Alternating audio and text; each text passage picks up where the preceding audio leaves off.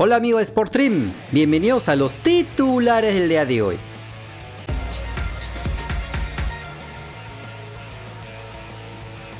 Por la penúltima jornada del Grupo H de la Champions League, el Malmö de Sergio Peña igualó a 1 como local frente al Zenit de San Petersburgo.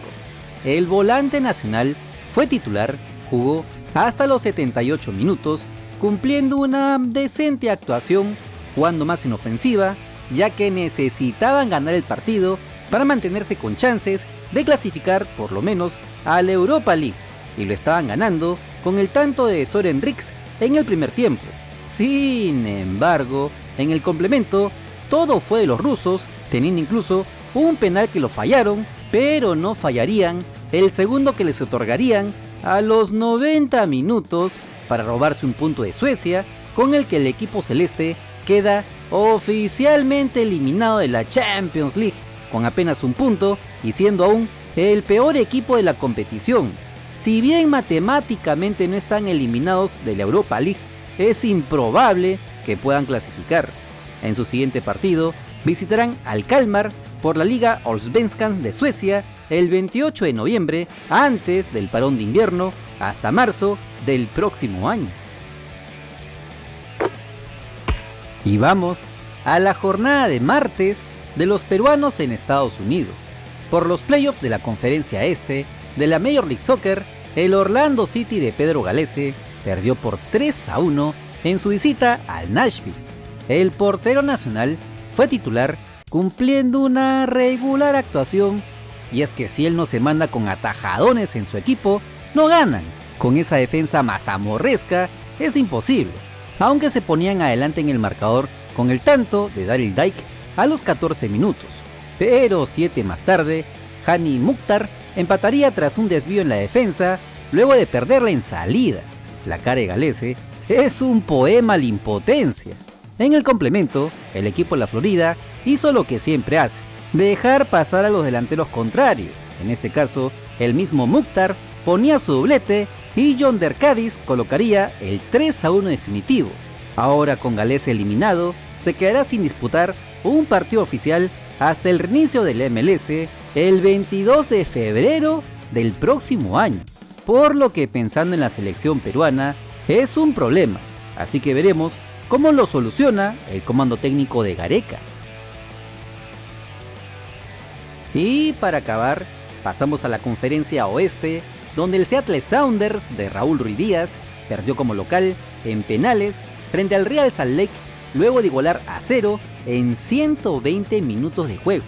El delantero peruano volvió a ser convocado luego de su último partido el 1 de noviembre, empezando en el banco de suplentes, pero ante la poca profundidad de su equipo, ingresó en el entretiempo, estrellando este balón en el travesaño.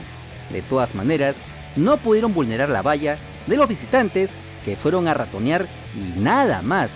No remataron ni una sola vez al arco del Sounders. Es así que se fueron a los penales, donde la Pulga anotó el suyo, pero su compañero Kyle Rowe no pudo hacer lo mismo en el último tiro, con lo que tenemos a otro peruano en la MLS que no verá acción hasta el próximo año. Aunque en este caso no creo que muchos lo extrañen en la selección peruana, ¿o sí? En todo caso, que levante la mano. Y vamos a los movimientos de los equipos peruanos de la Liga 1 del 2022. Según el periodista deportivo Luis Archimbot, el Sport Huancayo habría roto el chanchito y estaría fichando a diestra y siniestra para la próxima temporada. Empecemos con el lateral nacional Anthony Rosell, que este año estuvo con el Deportivo Binacional, donde en 19 partidos anotó un gol y dio 3 asistencias. De igual manera, la directiva del Rojo Matador cerró con el defensa central Juan Barreda, proveniente de la Alianza Atlético de Sullana, con quien en 20 partidos este año anotó un gol. Lo mismo pasaría con su compañero en el equipo Churre este año, el colombiano Víctor Perlaza. El delantero de 27 años de edad estuvo en el cuadro suyanense por los últimos 3 años, donde jugó 38 partidos, anotando 19 goles. Pero no sería el único delantero en llegar, ya que también habrían concretado el fichaje de Carlos Ross. el delantero chileno de 31 años estuvo las dos últimas campañas en el Cobreloa de la segunda división, donde en 35 partidos anotó 2 goles. Y para acabar con los de Junín, también habrían llegado a un acuerdo con el lateral Ángel Pérez, que viene del Deportivo Binacional, donde estuvo desde el 2019 disputando 72 partidos, anotando 2 goles y dando 11 asistencias. Con todos estos nuevos nombres, el Rojo Matador quiere volver a los torneos internacionales y no solo pelear el descenso. Lo malo es que han contratado jugadores, pero ¿y el técnico? Ni noticias. Se vocea que estarían arreglando con el ex entrenador del Deportivo Binacional, Carlos Decio, pero hasta ahora no hay confirmación alguna.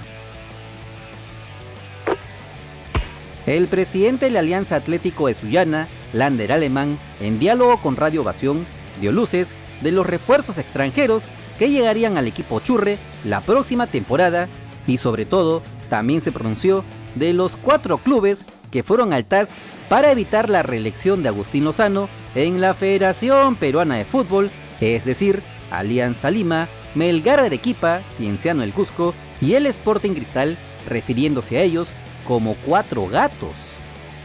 Mire, ¿qué les puedo decir? El Alianza Atlético de Sullana ahorita tiene ya sus 28 jugadores prácticamente inscritos ya con contrato, pero los extranjeros, por razones de que el torneo no termina, como el caso de la Liga Argentina, la Liga Ecuatoriana y la Liga Uruguaya, no puedo mencionar sus nombres.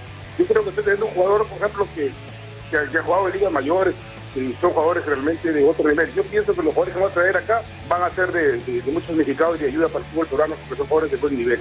Pero hemos tirado la casa por la ventana y hemos hecho el esfuerzo porque queremos de que Sullana ocupe el sitial que siempre existió. Creemos de que Sullana merece tener un equipo competitivo como lo tuvo años anteriores, y hoy día con el esfuerzo de ingresar como técnico al profesor Viera y con las exigencias y las resoluciones que le ha dado, hemos traído jugadores solamente de primer nivel. Y yo pienso que los jugadores que vamos a traer, sobre todo el 10, que está jugando el año pasado, este año está jugando en Europa, y el 9 que vamos a traer, yo creo que es un 9 que no ha habido en el Perú hace muchos años, un 9 como el que vamos a traer. Por lo tanto, yo creo que son jugadores importantes que van a ayudar al desarrollo del fútbol peruano. No sé, de repente los señores de los 4 clubes tienen la razón, como que están pidiendo, y yo creo que ellos su intención es sana de querer mejorar el fútbol peruano. Pero, por favor, tengan en cuenta los otros clubes que está pasando. ¿Acaso los otros clubes que están en la asamblea no tienen ética? Hay algo que no están confundidos. Reunámonos todos los clubes para decir las cosas, las verdades, y caminar todos por un mismo rumbo. 4 gatos no hacen toda la fiesta del fútbol, ¿no?